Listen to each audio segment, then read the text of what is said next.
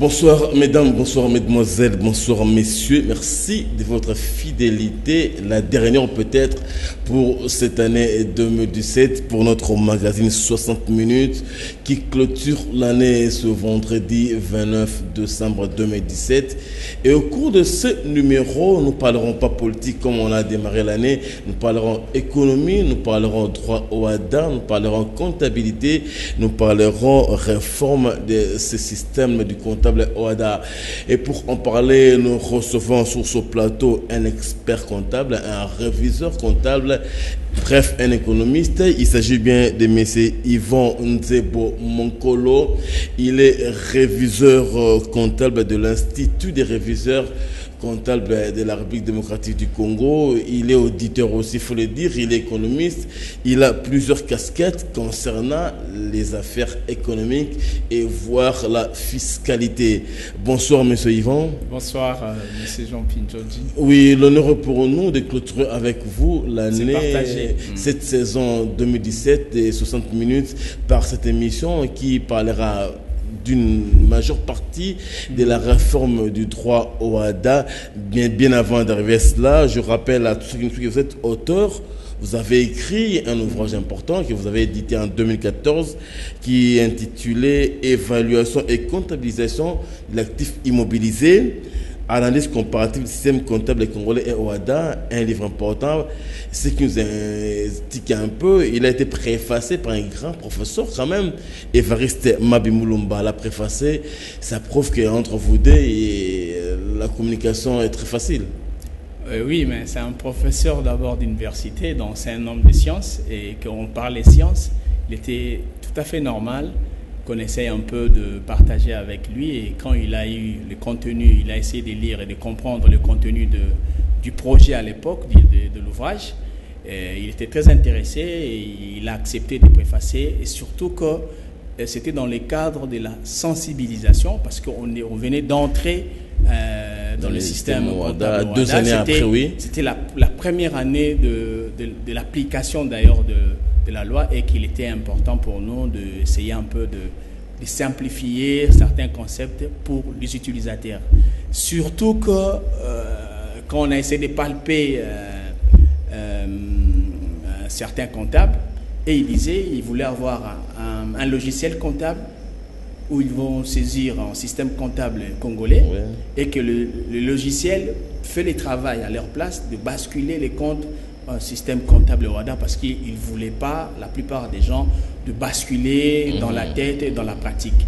Et nous avons dit, bon, c'était une occasion pour nous d'essayer un peu de voir, voici, et surtout que c'était les IMO qui étaient l'élément le plus important. Okay. Il y avait beaucoup de changements dans l'évaluation, dans la comptabilisation. Nous avons estimé que publier quelque chose comme ça pour essayer un peu de vulgariser. Et le prof, comme il est scientifique, il était très intéressé pour les projets.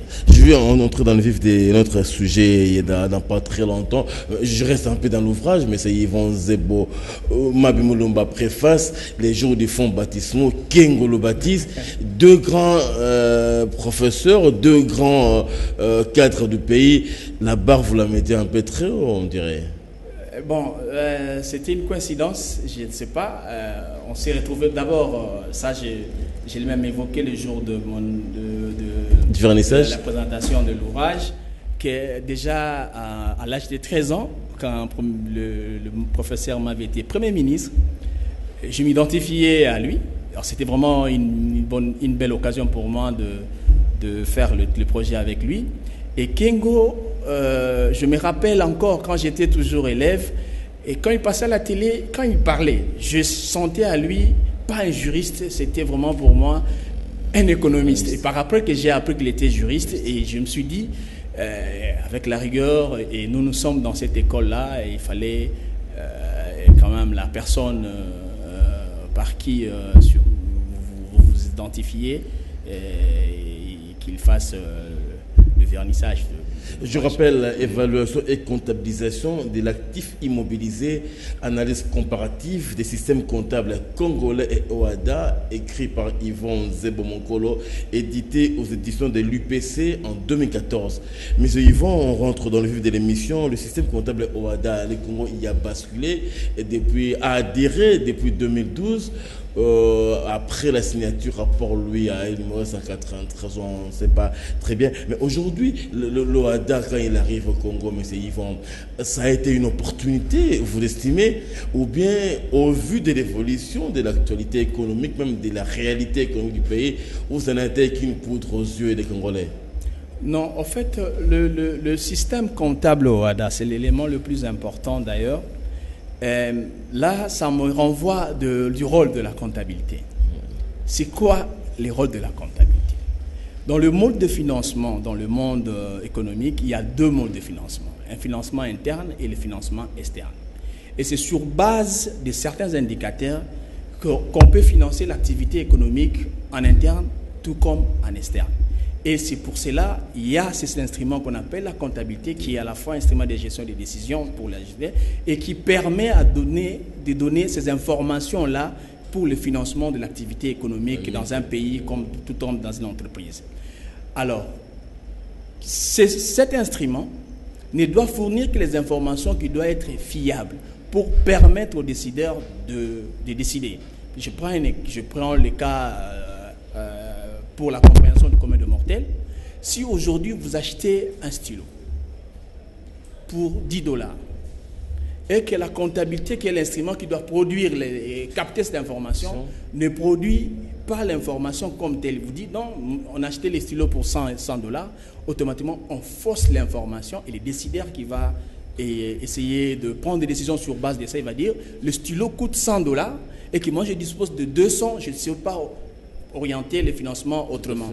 Alors, il est important, cet instrument doit être mis à jour et ça aujourd'hui, la tendance est qu'il faut migrer vers les normes internationales de la comptabilité et que le basculement du système comptable congolais au système comptable OHADA, c'était vraiment une grande évolution, surtout que depuis qu'on avait mis en place les systèmes comptables congolais et jusqu'à ce qu'on ait essayé de basculer vers le OHADA, automatiquement, voilà. Et en même temps, il y avait des notions qui n'existaient pas dans le système comptable congolais, notamment la valeur actuelle. Un élément important dans l'estimation, dans l'évaluation de l'actif immobilisé, qui est le bien, le meuble, la table, le micro que nous utilisons aussi, on a cherché à modifier et à formaliser certaines informations qui n'étaient pas au départ dans le système comptable. Donc c'était vraiment une opportunité, un avantage pour la RDC et pour les utilisateurs des informations financières et aussi pour l'économie dans son ensemble. De 2012, nous sommes en 2017, l'on parle les dernières nouvelles font état d'une certaine réforme de ce système OHADA, au-delà de l'adhésion, au-delà du fait qu'on ait embrassé le système comptable OHADA. Aujourd'hui, il y a la réforme qui arrive. Est-ce que le Congo, l'économiste congolais, les comptables congolais, êtes-vous à la hauteur de cette réforme pour que ce basculement-là ne soit pas quelque chose de raté? Non, non. En tout cas, à ce qui me concerne, je pense que, d'ailleurs, la raison que je pense qu'on doit sensibiliser le plus grand nombre de gens sur la réforme et sur la portée, l'opportunité, l'avantage qui regorge de ces basculements. Donc, c'est vrai, certaines personnes peuvent dire, oui, on était en 2012, on applique en 2014 le système comptable OHADA et maintenant, il y a révision. C'est pas trop. C'est un peu de temps comme ça. Oui, le détail est très réduit. Le système comptable que nous avons adhéré, là où nous avons adhéré, ça date de 2002, de 2000 dans la publication et de 2002 dans l'application déjà, 2001-2002 l'application. Et nous avons adhéré en 2012, on a sollicité une prolongation jusqu'en 2014, mais c'est avéré qu'eux existaient déjà. Et à ces moments-là, il y a la migration tellement des états financiers et des informations financières des utilisateurs. Pourquoi ils migrent? Ça, c'est l'élément très important. Aujourd'hui, au niveau de la Banque mondiale, il y a ce qu'on appelle le respect des normes et codes. Dans ces respects, en anglais, il parle de ROCs. Ces projets-là est maintenant sur le terrain dans l'Afrique dans son ensemble pour évaluer ces respects des normes et la qualité de l'information financière. Il s'est avéré qu'aujourd'hui, un Indien qui est en Inde, un Américain qui est aux États-Unis, qui investit en RDC, il va avoir les informations de ses affaires. Mais qu'est-ce qu'il fait? Comment il va arriver à lire les informations? Est-ce qu'il faut à tout moment retraiter les informations selon le système comptable international pour que la personne, et ça va engager des frais?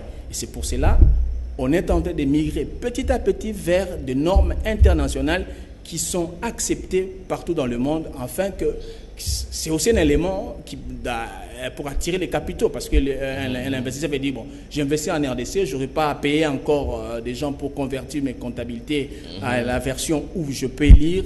Donc automatiquement, cette migration peut aussi encourager le financement, encourager les investissements et tout ce qui va avec, quoi.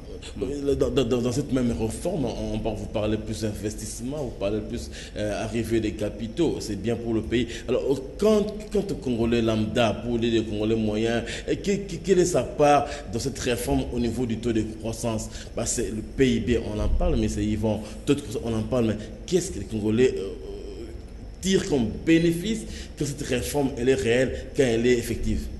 Ok, l'élément pour l'ensemble du pays, la réforme vraiment ça concerne tout le monde. Le gouvernement devait aussi mettre beaucoup de moyens pour la sensibilisation, parce que ça concerne tout le monde et l'ensemble du pays et l'ensemble de l'économie. Vous avez parlé de la croissance économique. Aujourd'hui, on parle de la croissance. Comment on calcule la croissance? La croissance économique, c'est un indicateur qui part de la variation entre des années de produit intérieur brut. Et les produits intérieurs bruts, c'est quoi? C'est une sommation de valeur ajoutée de toutes les entreprises du pays pour arriver à déterminer le produit intérieur brut.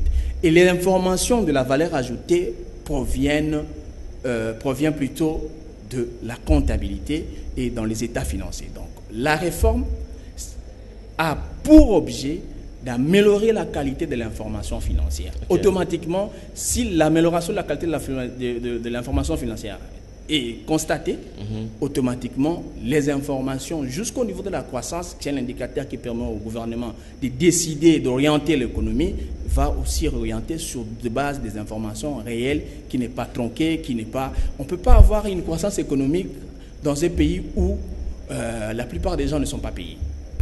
Est-ce qu'il n'y a pas des informations qui ne sont pas tronquées? Est-ce qu'il y a ça? Tous ces éléments-là, la comptabilité bien faite plutôt, donnera les informations fiables qui va permettre. J'ai donné l'exemple des stylos. Quelqu'un qui achetait un stylo pour $10, mais il inscrit un $100. Automatiquement, le décideur, dans son information, il dit, je dispose de 200, j'ai déjà engagé $100, il ne me reste que 100 pour faire tout ce qui reste. Mais est-ce que ça déforme déjà l'indicateur et la décision du décideur? S'il avait capté $10, il va dire, je dispose encore de ça, $80-90, et que je peux maintenant affecter, orienter ma décision sur base de $190. Donc, c'est des informations importantes. Restons un peu dans le taux de croissance. Je prends l'exemple de 7% qu'on a parlé récemment ici au Congo. Dans un pays où, je crois dans les couleurs on en a parlé, dans un pays où il y a les arrêts des salaires, vous qui êtes économiste et comptable, réviseur comptable, il y a des pays où les gens sont payés en retard de 2, 3, 4, 5, 6 mois. C'est le taux de croissance, il est réel? Bon, je n'ai pas tous les éléments pour dire que est-ce que c'est réel ou n'est pas réel. Je suis réviseur comptable, nous nous prononçons sur base des éléments palpables et probants, et étant donné que je n'ai pas tous les éléments, je ne sais pas dire est-ce que les 7% de croissance déclarés par la Banque centrale et le gouvernement est réel ou pas. Ça, je ne sais pas, mais seulement, je vous ai dit, la croissance, c'est une variation du produit intérieur brut d'une année à une autre. Et les produits intérieurs bruts, c'est la somme de valeur ajoutée. La valeur ajoutée se détermine par les achats des gens, la consommation, tout ça là. Et généralement, si on n'a pas l'argent pour consommer, il est difficile d'avoir une croissance de la variation de valeur ajoutée d'une année à une autre. Généralement, c'est difficile. Mais bon, ça, je ne sais pas comment ils sont arrivés à ces montants-là et à cet indicateur de 7%. Voilà. Au-delà de tout, on peut parler en réforme du système du comptable OHADA. La réforme est enclenchée. Vous qui êtes expert de la question, vous êtes au courant. Seulement sous le plan de la comptabilité interne, pour ce qui est de l'OHADA, l'opinion nous a laissé entendre qu'il se poserait un problème de sensibilisation. c'est comme si vous, experts, et le CPCC, vous n'accompagnez pas assez pour sensibiliser. Il n'y a pas une joint venture, il n'y a pas des études mixtes ou paritaires pour que vous, experts, et le CPCC, vous puissiez parler le même langage afin qu'on soit réellement sensibilisé relativement au Cisco-ADA. Ok. En principe, le gouvernement, tout découle du professeur de sa thèse, le professeur Venant Kinzonzi. Le professeur, lorsqu'on a créé le CPCC, avec un objectif comme un organe de l'État dans le domaine, pour conseiller l'État dans le domaine de la comptabilité. Okay. Donc l'État congolais a un outil qui est le CPCC, qui doit faire en principe le travail de la sensibilisation. Si jamais que vous constatez la carence, il revient quand même au CPCC de faire son travail. Mais nous le faisons dans les cadres, quand même, on est aussi des conseillers de beaucoup d'entreprises. Qu'est-ce qu'on fait? On sensibilise, c'est pour cela, aujourd'hui, par exemple, on est là pour en parler, donc c'est aussi une forme de la sensibilisation. Bon, voilà, quoi, qui n'est pas rémunéré parce que le temps, on les rémunère toujours, quoi. Voilà. Mais alors, en ce moment-là, si les gens ne sont pas sensibilisés, ne pensez pas que l'adhésion du Congo à l'OADA risque de ne pas porter les bénéfices escomptés parce que tout le monde ne comprendra pas avec les mêmes termes ce qui arrive sur le plan économique au pays? Ça, c'est vrai, il peut arriver, mais donc, vraiment, il faudra qu'il y ait plus de sensibilisation. Et les conseillers des entreprises dans le domaine comptable, dans le cadre des systèmes comptables, dans le cadre de la fiscalité, dans le cadre de l'audit, quand ils interviennent dans la société, ils apportent en principe, il faut que l'entreprise arrive à saisir la valeur ajoutée. Qu'est-ce que l'auditeur, le conseiller apporte dans son intervention dans le travail? Et à ces moments-là, vous verrez, par exemple, l'entreprise qui comptabilisait mal les choses, ils vont le comptabiliser. C'est aussi une forme aussi de la sensibilisation mais l'État congolais dispose d'un instrument qui est les conseils permanents de la comptabilité. Et j'ai appris qu'ils ont quand même organisé 2 séminaires ou 3, je ne sais pas, mais ils les font quand même. Bon, je ne sais pas à quel degré, est-ce qu'ils couvrent tout le monde, ça, je n'ai pas l'information. La réforme arrive. Elle concerne concrètement qui? Est-ce que les PME aussi peuvent prétendre à embrasser cette réforme pour arranger leur comptabilité? Et ça concerne toute entité. C'est comme ça qu'ils ont écrit dans l'article 2 de l'acte uniforme.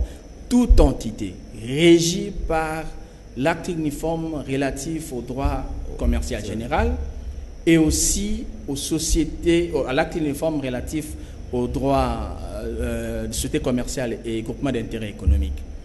Donc, PME, s'il est régi par les droits communs, il est concerné. Une grande entreprise régie par les droits communs, il est concerné. Donc, ce n'est pas la taille de l'entreprise, c'est est-ce que vous êtes, c'est ça la base. Est-ce que vous êtes concerné par le droit commun? Oui, donc vous êtes concerné. Et de là, mais certaines entreprises ne sont pas concernées, même ceux qui sont régis par le droit commun. Je cite les banques, les intermédiaires financiers, les microfinances, les sociétés d'assurance. Et cette année, ils viennent d'enlever dans l'étendue de l'application les associations, les ASBEL, sans but lucratif. Ils sont exclus. Au départ, ils étaient exclus. Ils étaient dans le truc. Maintenant, ils sont exclus. Maintenant, il revient à chaque État partie, dans chaque membre de l'OADA, d'organiser au niveau interne la comptabilité de ceux-là. Par exemple, prenons les cas de France CFA. Ils ont une comptabilité pour les assurances, ce qu'on appelle les codes CIMA. Ils sont là-bas. Et les CPCC, ils ont déjà aussi mis en place un cadre comptable pour le secteur d'assurance en RDC. Il reste maintenant d'avoir un cadre pour le secteur des ASBEL et pour les banques. Et la Banque centrale, il y a 5 ans ou 6 ans, ils avaient déjà mis en place un système en place aussi. Donc, il existe déjà. Cette réforme, une fois appliquée à la lettre, puisqu'elle est en train de le 1er janvier. Dès le 1er janvier 2018, une fois appliquée à la lettre, M. Yvon, on peut dire que les économies seront assainies, les investissements seront très faciles à obtenir, ou bien il faudra encore du temps, parce qu'on le sait, parfois stabilité de certains pays qui n'ont pas de moyens ne garantit pas toujours l'arrivée des capitaux. Mais si la réforme, elle arrive, en quoi elle doit séduire les investisseurs? En fait, la notion, c'est ça. L'objectif, c'est la qualité de l'information. Okay. L'assainissement de l'information. Est-ce que l'information financière contenue dans le bilan, dans les comptes des résultats, dans le tableau de flux des trésoreries qui est aussi une nouveauté dans la réforme, est-ce qu'on tire réellement des informations qui sont fiables? Okay. Alors, dans le cadre de droit comptable, partant déjà de l'acte uniforme relatif aux droits de société commerciale et groupement d'intérêt économique, ils ont mis ce qu'on appelle le contrôle une sûreté qui est les commissaires aux comptes, qui a pour rôle de certifier, dire réellement votre compte tel qu'il est présenté reflète réellement l'image fidèle. Et maintenant, c'est aux commissaires aux comptes, les corps, la profession, qui généralement la plupart des gens ne regardent pas trop, et surtout les pays africains, et la RDC n'est pas exclue, ne fait pas beaucoup d'attention sur ce genre-là. Je suis en train même de réfléchir, est-ce qu'on ne peut pas écrire croissance économique et commissaire aux comptes pour dire c'est lui les gendarmes, c'est lui la police pour dire une sonnette d'alarme, ça va ou ça ne va pas, les comptes, ça va aller ou ça ne va pas. Vous pouvez arriver dans une société, il y a déjà des soucis. Les gens ont mal comptabilisé les dettes, les gens ont mal évalué les immobilisations. Tout ça, ça impacte l'information financière. Vous gonflez vos dettes pour dire que oui, les capitaux propres, ça va pour nous. Mais les commissaires aux comptes vont dire non, ça ne va pas. C'est pour cela que vous allez dire, une entreprise qui présente aujourd'hui le bilan positif, 2 mois après, il ferme. Parce que les informations financières ont été tronquées, altérées. Et maintenant, le commissaire aux comptes a pour rôle de veiller à ce que cette information reste fiable et reflète l'image fidèle. Voilà, donc avec un commissaire aux comptes, si on règle avec la situation de notre ordre ici, si on le met vraiment en application, les gens qui ont la responsabilité de conduire l'ordre, s'ils mettent en place les normes d'éthique, la déontologie, et qu'on l'applique à la lettre, je pense qu'on va assainir l'environnement, et la plupart des entreprises cotées en bourse, ils aiment là où il y a la clarté, et ça peut booster les choses. Aujourd'hui, puisque la réforme, vous l'avez dit, nous sommes à pratiquement 112 heures de l'application effective de la réforme du Cisco OHADA. Mais aujourd'hui, ici, la réforme elle est appliquée. Vous qui êtes aussi expert des questions fiscales, est-ce que la fiscalité congolaise est à la hauteur de cette réforme? Elle va l'accompagner efficacement? Bon, en fait, il y a quand même certaines distorsions, pas distorsions, divergences de langage. Ça, c'est clair. La fiscalité pose ses critères. Pour que j'accepte A, il faut qu'il y ait Y. Pour que j'accepte B, il faut qu'il y ait Z, ainsi de suite. Mais la comptabilité, quel est le rôle la comptabilité ne se limite pas au niveau de la fiscalité. Au niveau de la fiscalité, la comptabilité donne l'information réelle sur les activités. Mais on a un passage de langage, là où on converge. C'est quoi on appelle généralement le passage du résultat fiscal et comptable au résultat fiscal. Là, nous, on reste dans la comptabilité pour l'information financière, rien que sur la base imposable qui est les résultats sur base desquels les impôts taxes. Là, on essaye de converger. Et là, le passage. Donc, la réforme, c'est bien, aussi bien pour tous les utilisateurs en dehors des impôts, que l'État aussi dans l'amélioration de la qualité de l'information. Si la qualité de l'information est meilleure, il y aura aussi plus d'impôts. Ça, c'est clair. Si on a bien capté les revenus, la notion de l'exhaustivité de l'information, si on a bien saisi les charges d'exploitation, partant de ça, qu'on arrive à déterminer la marge, automatiquement, si les gens cachaient A, B, C, ça va améliorer l'assiette fiscale et ça va entraîner, parce que c'est là l'objectif de la réforme, c'est l'amélioration de la qualité de l'information. Et la commission d'Asie va tout ce qui est caché, ça sera sur la surface, quoi.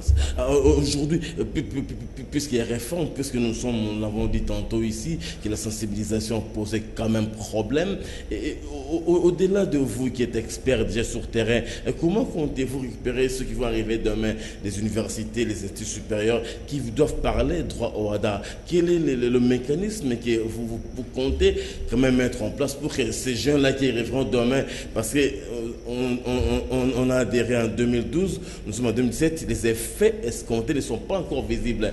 2018, il faut appliquer la réforme. Quel est l'effort fourni pour que ceux qui arrivent comprennent et puissent se mettre dans le bain sans trop de difficultés? Oui, bon, moi je suis un privé, donc c'est difficile pour moi de mettre le moyen pour régler les situations de l'ensemble de la nation. Ça, c'est vraiment le rôle de l'État qui doit définir les cadres, soit s'il estime que le nombre des experts qui travaillent pour le gouvernement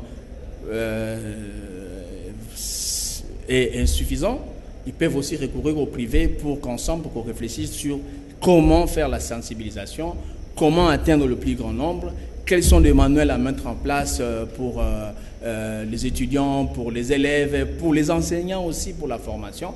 Là, c'est vraiment c'est toute une décision du gouvernement et avec les gars. À moins que, bon, vous bénéficiez, par exemple, si la personne qui a écrit la réforme, c'est un privé, hein.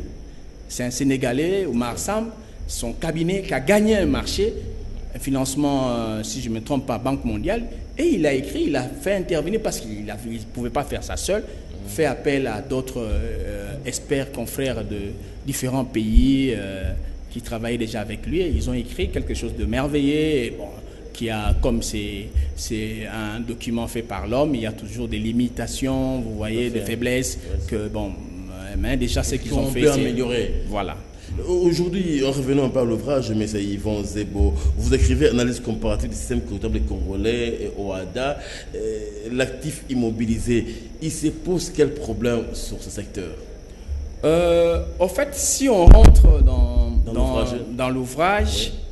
À l'époque, il s'est posé un problème sur la définition, sur l'évaluation. Okay. On faisait nos évaluations sur les immeubles. Il n'était pas formellement écrit. Voici le principe de base pour évaluer l'immobilisation. C'est en l'OHADA où il était clair. Voici les principes.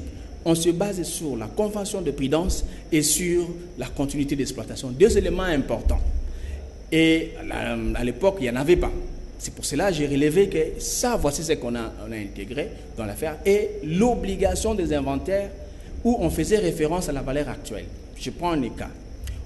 Et la réévaluation qui n'était pas vraiment de la même manière telle que nous le faisons, tout était basé sur la valeur actuelle. C'était des éléments pareils et la manière aussi de déterminer la valeur pour déterminer l'amortissement. C'est quoi l'amortissement? Ça aussi, peut-être les gens peuvent dire que ces gars-là, ils disent des choses. L'amortissement, c'est une dépréciation comptable qu'on constate que les biens qui est là, du point de vue comptable, subissent une dépréciation de valeur. Okay. Alors maintenant, comment saisir cette valeur-là? À l'époque de la RDC, on passait du prix d'achat, on détermine directement la dépréciation. Mais l'OHADA était allé plus loin. Il a dit non. Il y a certaines voitures qu'on achète dans des entreprises pour une valeur de 100 000 $, mais à la 4e année, où on constate la dépréciation totale du bien, mais on arrive quand même à vendre ça. À un 10 000, à un 5 000. Il a dit, cette valeur-là de vente constitue la valeur résiduelle. Automatiquement, la dépréciation, il faut enlever cette valeur résiduelle-là de la base de le calcul de l'amortissement qui est la dépréciation. Ça, c'était génial et on n'intégrait pas ça. Automatiquement, même l'État congolais, l'impôt, perdait de l'argent parce que l'amortissement est déductible du point de vue fiscal parce que c'est pour déterminer l'impôt à payer. Automatiquement, si on réduit la base, on réduit l'effet de la déduction de l'impôt sur les résultats. Donc, c'était génial et donc ce sont des éléments qui nous avaient tiqué pour dire aux gens, voici ce qui a changé. Voici ce qu'il y avait et voici l'avantage que nous tirons dans cet élément-là. Et vraiment, c'est parce que là, ça a amélioré vraiment la qualité de l'information. Parce que les biens-là qu'on portait pour 100 000 pour la vie, ce n'est pas 100 000 parce qu'il y a un 5 000 qui va récupérer après. Ok. Voilà. Donc, et depuis que le livre a été édité, publié, rendu public, il y a eu des changements quand même, des comportements dans ce secteur-là? bon, pour les entreprises chez qui nous avons des conseils, là, je ne peux pas dire pour l'ensemble. Ça, c'est les gens qui ont la vue d'ensemble, ils peuvent communiquer. Mais il y a eu quand même l'amélioration de quelques entreprises que nous avons tenté de conseiller. Voilà. Donc, Au vu de l'évolution économique du pays, M. Yvon, pouvons-nous considérer que le basculement du système comptable congolais au système comptable OHADA n'était-il pas venu très tôt parce que l'économie n'était pas aussi forte qu'on pouvait l'escompter? Ce n'était pas venu très tôt? Non, moi je ne pense pas. D'ailleurs, c'est vraiment un avantage, comme j'avais dit. Donc, l'amélioration de la qualité de l'information, vraiment, c'est une bonne chose pour tout le monde. Dans un pays où il n'y a pas de capitaux, il n'y a pas d'investissement. C'est déjà un élément qui va attirer sûrement tout le monde dans son ensemble, quoi. Je pense que c'est un élément important dans l'amélioration même de la vie économique de la société, la comptabilité. Et aujourd'hui, M. Yvon, puisque le 1er janvier 2018, c'est une année charnière, on doit quand même boucler avec la réforme. Et aujourd'hui, on va aller dans quel secteur clé pour qu'on sente que cette réforme a réussi? Il y a un secteur de prépondérance? Non. Comme j'avais dit, le système concerne toute entité, comme ils ont dit dans le truc de l'entreprise de société, régie par le droit commun. Donc automatiquement, il n'y a pas une préférence, mais seulement il y a des avantages. Notamment, je prends pour les entreprises qui sont généralement dans les secteurs miniers, les mines, par exemple, qui ont d'habitude des cahiers des charges, qui placent tel instrument pour l'exploitation. À la fin de l'exploitation, il faut démanteler. À l'époque, on n'inscrivait pas cette valeur comme le coût d'acquisition. Aujourd'hui, cette valeur est inscrite comme valeur d'acquisition au moment de l'acquisition de l'installation déjà du bien. Donc, c'est un élément très intéressant pour l'avancement de l'analyse de l'information financière. Mabi Mulumba, il préface votre livre, il parle vous avez les soucis de vulgariser, de sensibiliser, et la pédagogie, il met un accent particulier là-dessus. Je me dis, M. Yvon, puisque vous allez vulgariser, puisque vous allez sensibiliser, c'est selon vous qui êtes expert de la question, vous donnez quelle échéance pour qu'on sente que les gens ont été réellement sensibilisés et ils donnent des résultats? Et il y a une échéance qui est rêvée?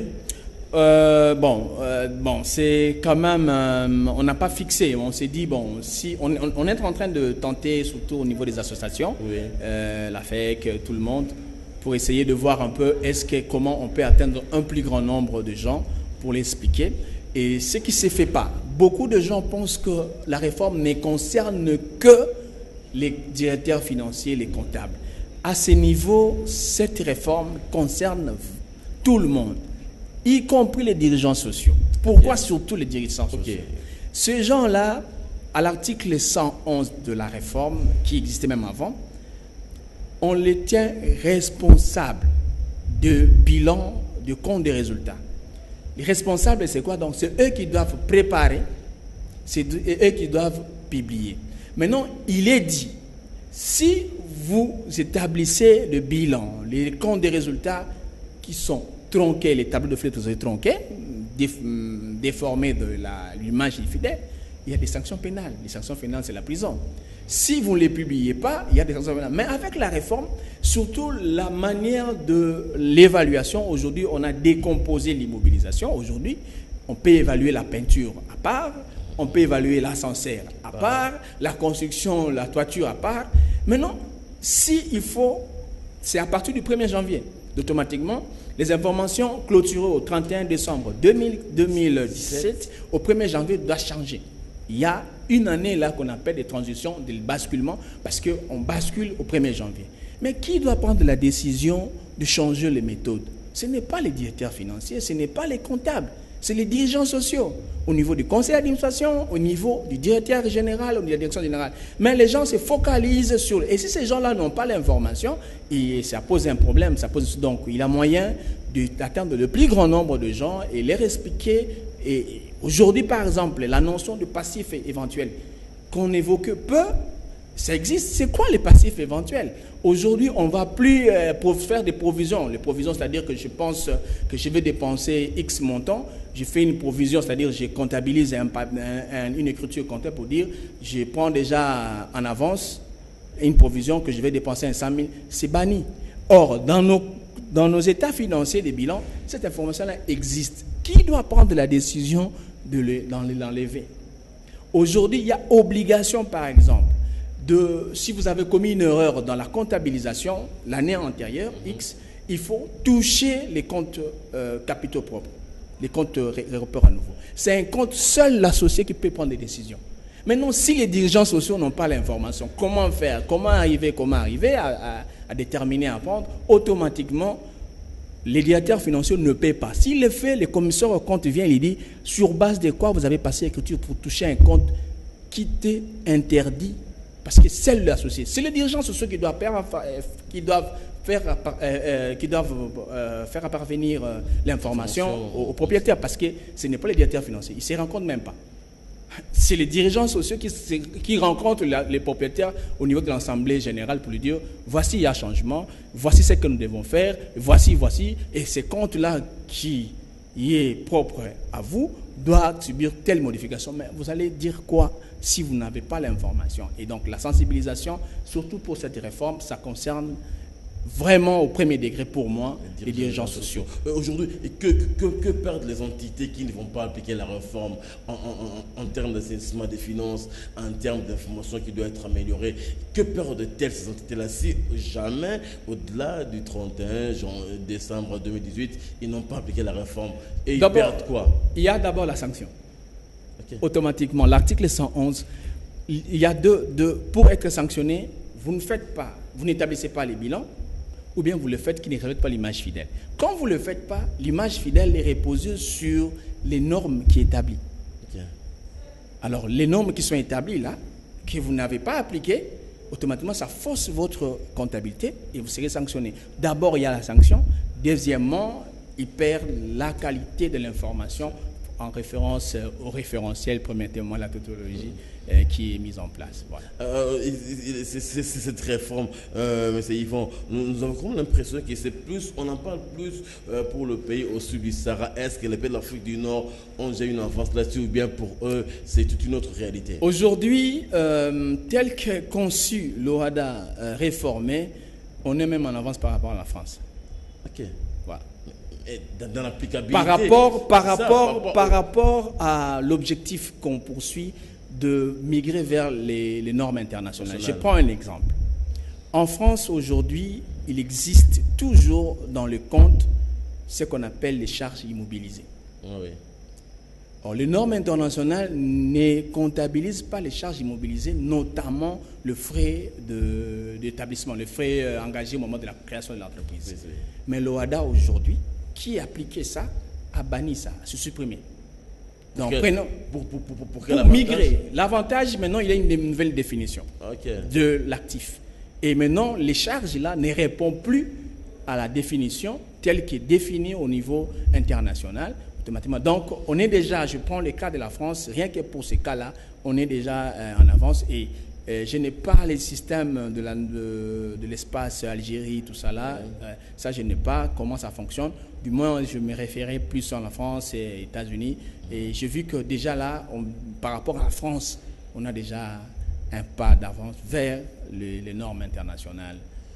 Et parlons, on peut dire que cette réforme au Congo, parce que nous avons des provinces qui ne produisent pratiquement rien, l'arrière-pays, mais on parle plus sur les entreprises installées à Kinshasa, mais dans les provinces où on produit quand même, mais dont on ne sent pas encore la réforme OHADA. Bon, ça je ne le sais pas, parce que je n'ai pas vraiment des clients qui sont en province, mais il y a une ou 2 semaines, j'ai appris que le CPCC était à Lubumbashi pour la sensibilisation. Je ne sais pas au niveau de Goma, au niveau de Kisanga, ce sont les grandes agglomérations. Voilà, ça je ne sais pas. Mais bon. Qui veulent aussi se développer à travers. C'est pour cela on a parlé que c'est l'affaire de tout le monde. Les gouvernements gagnent si tout le monde est sensibilisé et que si les informations sont vraiment très bien analysées et présentées, il y aura toujours quelque chose sur les impôts, le gouvernement gagne. Donc c'est au gouvernement de mettre le paquet. S'ils estiment que les experts qui disposent ne sont pas aussi nombreux pour couvrir toute la République, les privés sont là, peuvent aussi les accompagner, ils ont les mêmes compétences et on peut aller avec et couvrir toute la République. Et c'est vraiment important, là on parle vraiment de l'OAD. Et tout à l'heure vous parlez des commissaires aux comptes, mais c'est Yvon, seulement dans l'imaginaire des Congolais, les commissaires aux comptes ne sont pas toujours des gens qui l'embrassent facilement parce qu'il s'est posé un problème de crédibilité. Il n'y a que eux qui doivent certifier ce que vous avez dit là? Oui, bon, ça c'est, en fait, le monde est normé. Alors, il y a des dispositions, l'article 694 des droits, l'acte uniforme. Se sont-ils assez informés de cette réforme des droits OHADA? Ils sont bien obligés, je ne sais pas, mais je pense qu'ils sont bien obligés parce que la certification qu'il fait sur base des références comptables et OHADA. Donc, si vous n'avez pas de maîtrise, comment vous serez que parce que la loi leur demande de se prononcer sur la régularité et la sincérité. C'est quoi la régularité? C'est est-ce que c'est conforme à la loi? Alors si vous n'avez pas de maîtrise sur la réforme, sur la loi, sur tout ça là, comment vous allez certifier que oui, les comptes tels que publiés sont réguliers et ne sont pas réguliers? Donc ils sont obligés, si tu es dans les affaires, il faut bien saisir sur l'opportunité et aller se faire former s'il faut bien. Voilà quoi. Vous êtes réviseur comptable congolais, M. Yvon Zebo, je l'ai dit, en liminaire. Vous, en tant que réviseur, est-ce que votre expertise est assez appréciée par les tiers? Ça, je ne sais pas. Là, il faudra leur poser la question. Mais bon, si tu as 5 ans avec un client, donc sûrement il apprécie le travail. Parce que le plus important, c'est quoi? Qu'est-ce que tu apportes de plus? Lui aussi, il a un financier qui a fait les économies comme toi. Lui aussi, il a un comptable, les clients, et qui a fait la comptabilité comme toi. Mais qu'est-ce que toi, tu apportes dans le cadre de l'assistance, même dans le cadre des commissariats aux comptes? Mais bon, là, des fois, ça pose des soucis quand tu dis que c'est pas ça. Bon. Est-ce que le boulot du réviseur congolais a de l'avenir, tel qu'on le voit présentement? Si les gens qui ont la responsabilité de conduire la transition de la mise en place de l'ordre des experts comptables congolais, ils sont animés de bonne foi et ils ont le souci vraiment de mettre en place la notion de l'objectivité et non de la subjectivité, de l'éthique et de la déontologie. Je pense que c'est une occasion pour la RDC de décoller. Vraiment de décoller. Donc, ils ont vraiment cette responsabilité parce qu'après la commission ici, il y aura maintenant la mise en place de la structure. Mais c'est eux maintenant la base.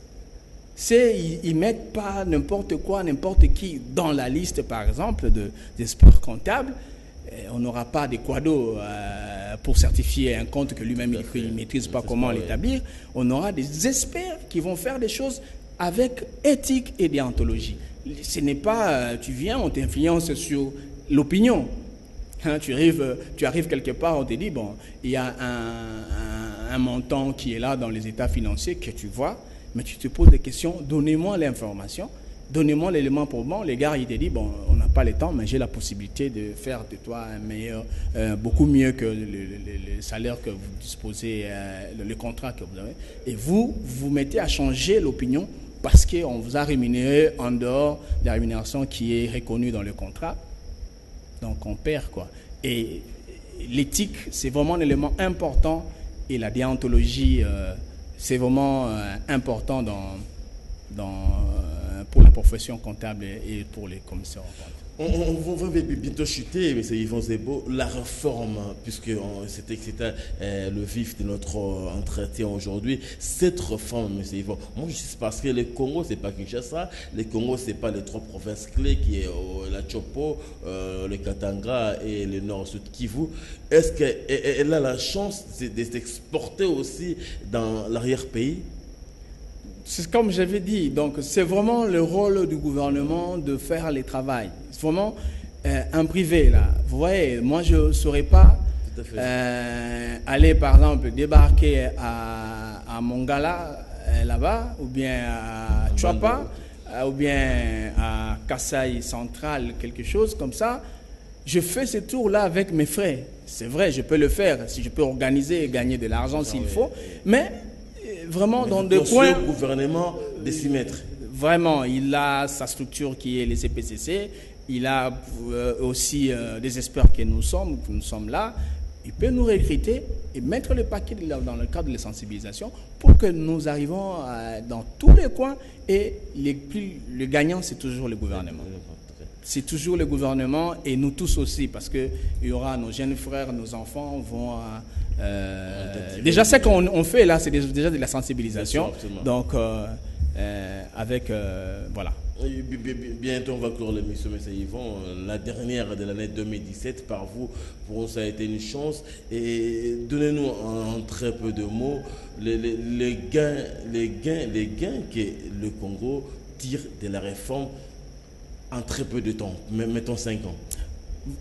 Mettons comment? 5 ans. 5 ans, les gains. Oui, que si la réforme est appliquée de manière assez effective. En tout cas, comme j'avais dit, la réforme, on part, je vais être un peu schématique là. Je dis les gouvernements qui voient la macroéconomique décident sur certains nombres des indicateurs. Il y a des taux de croissance, il y a des taux d'investissement, il y a beaucoup d'éléments qui entrent en ligne de compte. Mais ces informations-là proviennent de la comptabilité. Alors, la réforme, avec l'amélioration de la qualité de l'information, améliore aussi l'indicateur.